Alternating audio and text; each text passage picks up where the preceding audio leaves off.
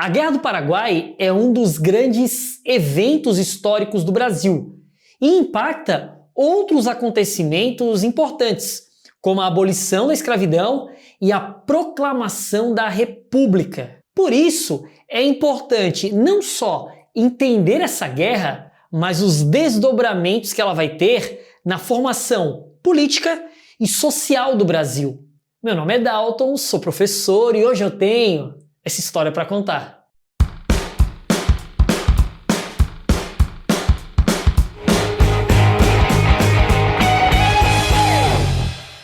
Ocorrida entre 1864 a 1870, é considerada um dos grandes conflitos envolvendo países sul-americanos.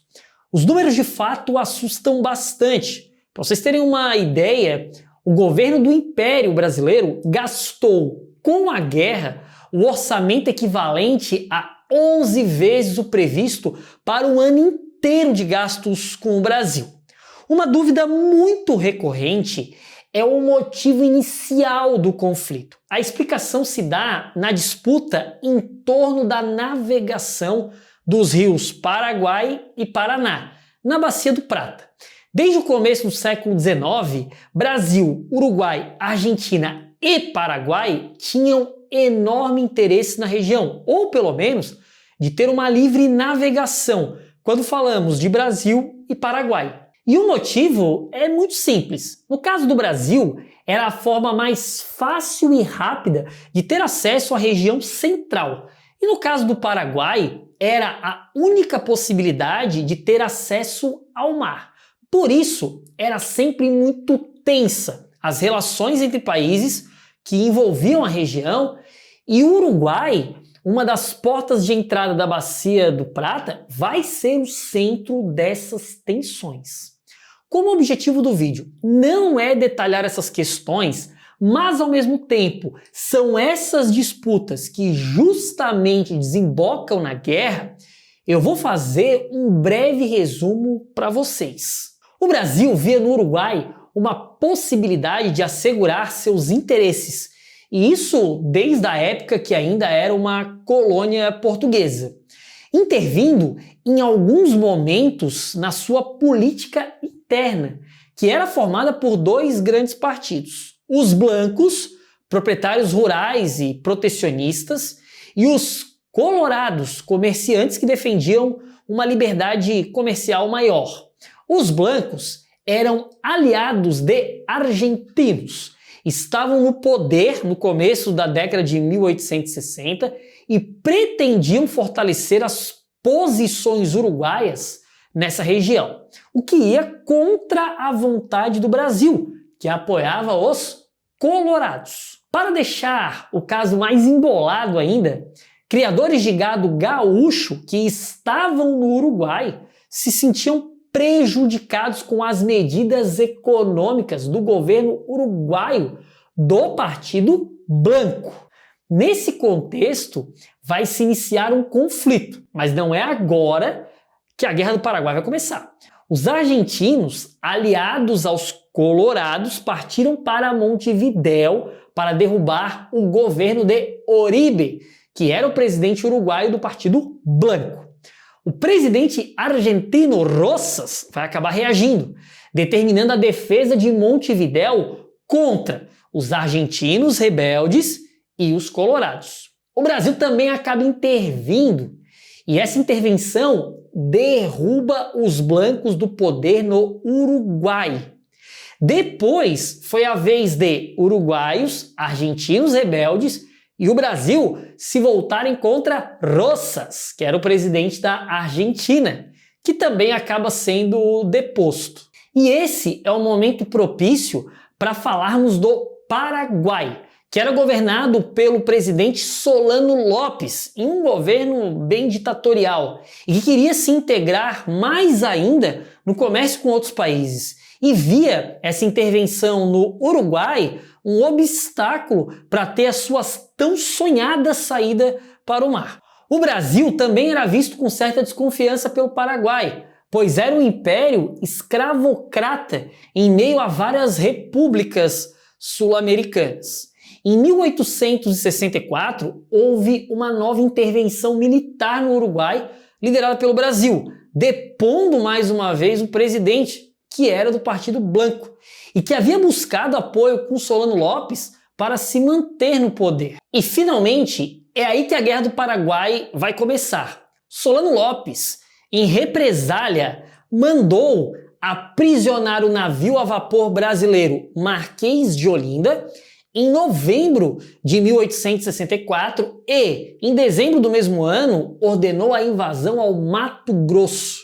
Esses dois eventos são considerados os estopins da guerra. Durante muito tempo, também se falou de um interesse que a Inglaterra tinha em acabar com o crescimento econômico que o Paraguai experimentava naquele momento e que também poderia ser um dos motivos do conflito. Vários livros didáticos trazem inclusive essa versão, mas a historiografia mais recente diz que não. Até houve o interesse de banqueiros ingleses em lucrar com o conflito, já que o governo acabou se mantendo neutro durante toda a guerra. Mas vamos voltar a falar dos dois países, Brasil e Paraguai. 4 meses depois da invasão do Brasil, a Argentina também foi invadida. Dom Pedro II, então, partiu em julho de 1865 para a fronteira sul. Seria ele o voluntário número 1 do exército. Em Uruguaiana, ele encontrou com os presidentes da Argentina e do Uruguai, que seriam seus aliados na guerra.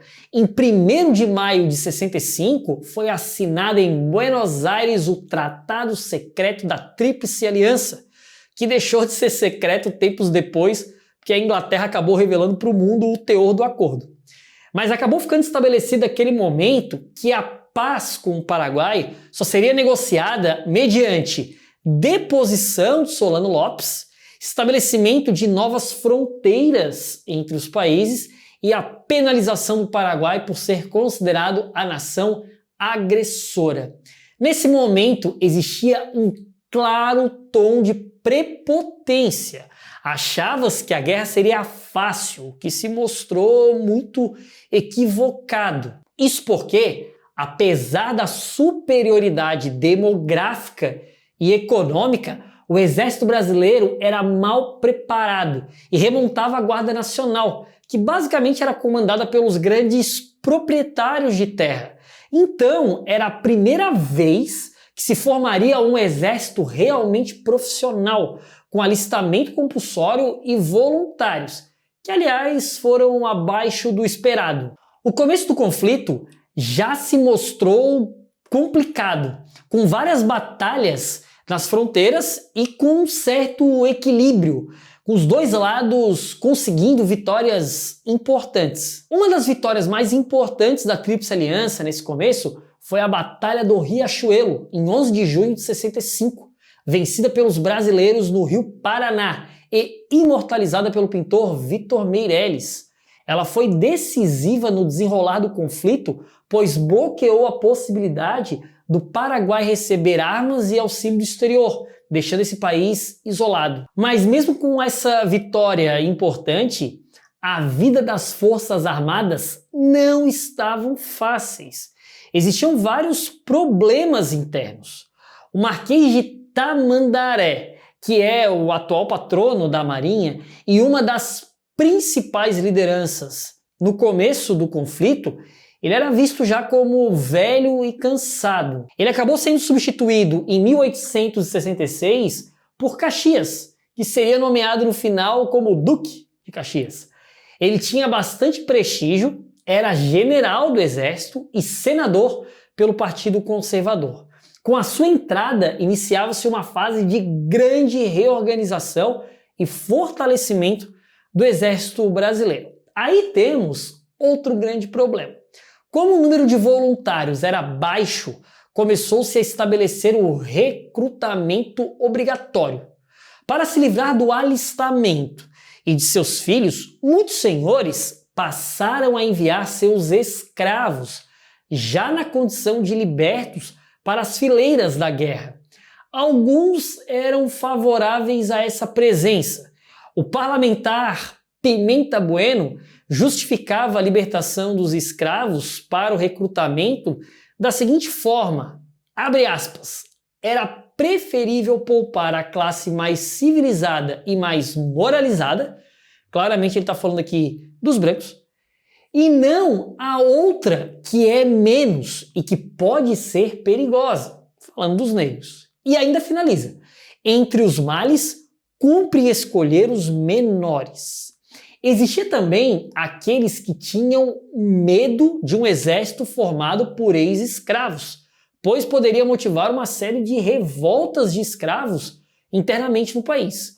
O próprio Caxias dizia que, abre aspas, a introdução do elemento servil nas suas fileiras está produzindo já seus maléficos resultados por meio dos exemplos imorais e de todo contrário à disciplina e subordinação dados constantemente por homens que não compreendem o que é pátria, sociedade e família.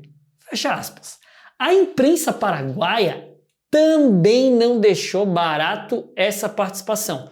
Os jornais passaram a chamar os soldados brasileiros de los macaquitos e traziam uma série de charge representando um exército, generais, o imperador e a imperatriz como macacos. Com o avanço dos combates, em 1867, um surto de cólera matou um grande número de pessoas. A doença, inclusive, é apontada como a grande responsável pelo número de mortes. E a guerra vai ficando cada vez mais sangrenta nas fronteiras, começando uma pressão sobre o governo e generais para a deposição de Solano Lopes. Em 68, várias batalhas foram travadas, Itororó, Avaí, Lomas Valentinas, Humaitá, mas foi em 69 que as tropas tomam Assunção e mesmo sem a captura de Solano Lopes, Caxias deu sua participação como encerrada no conflito. Ele alegou problemas de saúde, volta para o Brasil e recebe o grão colar da Ordem de Dom Pedro I, honraria que ninguém tinha recebido desde o começo do Império. E também é agraciado com o título de Duque. Outro personagem importante que retorna é o General Osório, que seria aclamado como herói popular no Brasil, reconhecido como ícone de bravura.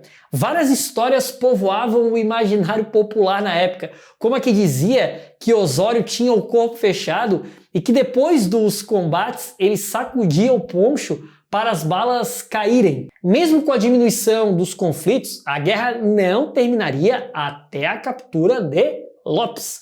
Para comandar as tropas brasileiras, foi enviado o Conde de, casado com a princesa Isabel, em uma clara tentativa da coroa aumentar a moral daquele que poderia ser o futuro esposo da futura imperatriz do Brasil. Só que não. Até o definitivo fim do conflito, vários massacres ocorreram.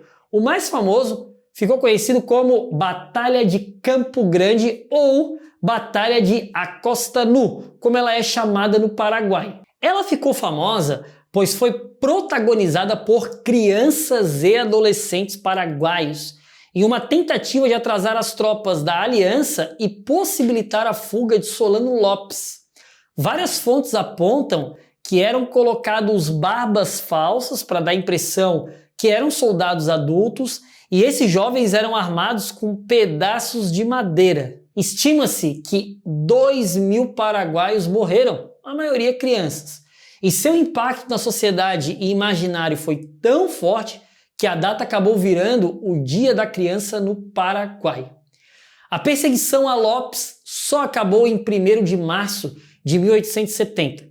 Encurralado pelas tropas brasileiras, ele foi morto junto com seu filho adolescente. As consequências para o Paraguai, além da deposição e morte do seu líder, foi a destruição do seu estado. O número de mortes no país, até hoje, é motivo de discussão. eu não consegui encontrar um número preciso para trazer para vocês, até porque existe uma polêmica sobre qual seria o número de habitantes do país no pré-guerra, mas há uma concordância de percentual entre os historiadores e estima-se que o país perdeu mais da metade da população e mais de 70% dos homens, seja em batalha ou em decorrência da crise sanitária e alimentar que a guerra aprofundou.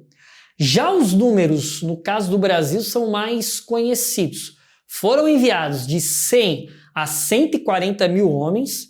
O número de perdas e baixas divulgados pelo governo imperial foi de aproximadamente 24 mil, com mais ou menos 4 mil mortos, 19 mil feridos e 1.000 desaparecidos. A crueldade nas batalhas abalou a imagem vitoriosa do Brasil e a Tríplice Aliança passou a ser chamada de Tríplice Infâmia.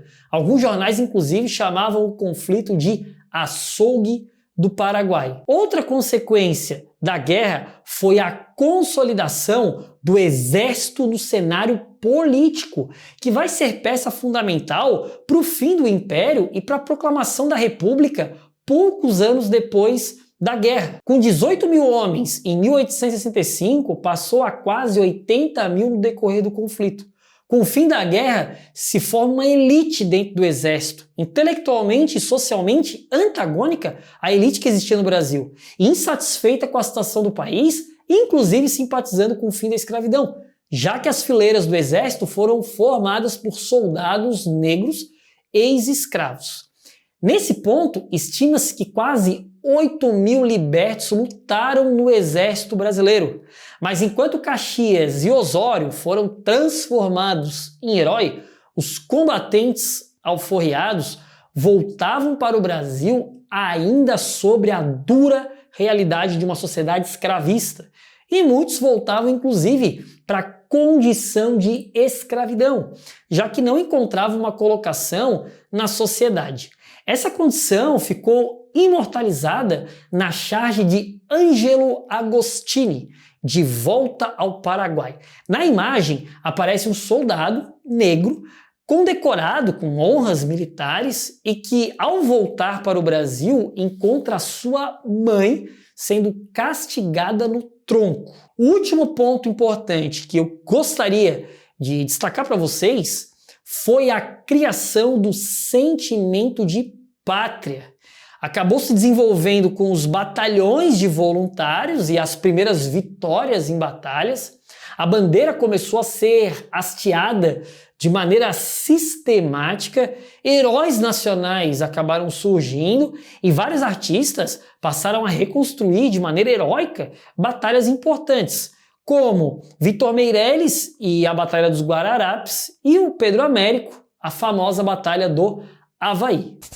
Galera, espero que vocês tenham gostado e se chegou até aqui, esse vídeo merece muito o seu like e o seu comentário. Isso ajuda demais o YouTube a entregar esse vídeo para mais pessoas e mantém o meu trabalho por aqui. Me siga também nas redes sociais, Twitter e Instagram. Espero vocês no próximo vídeo. Valeu, galera!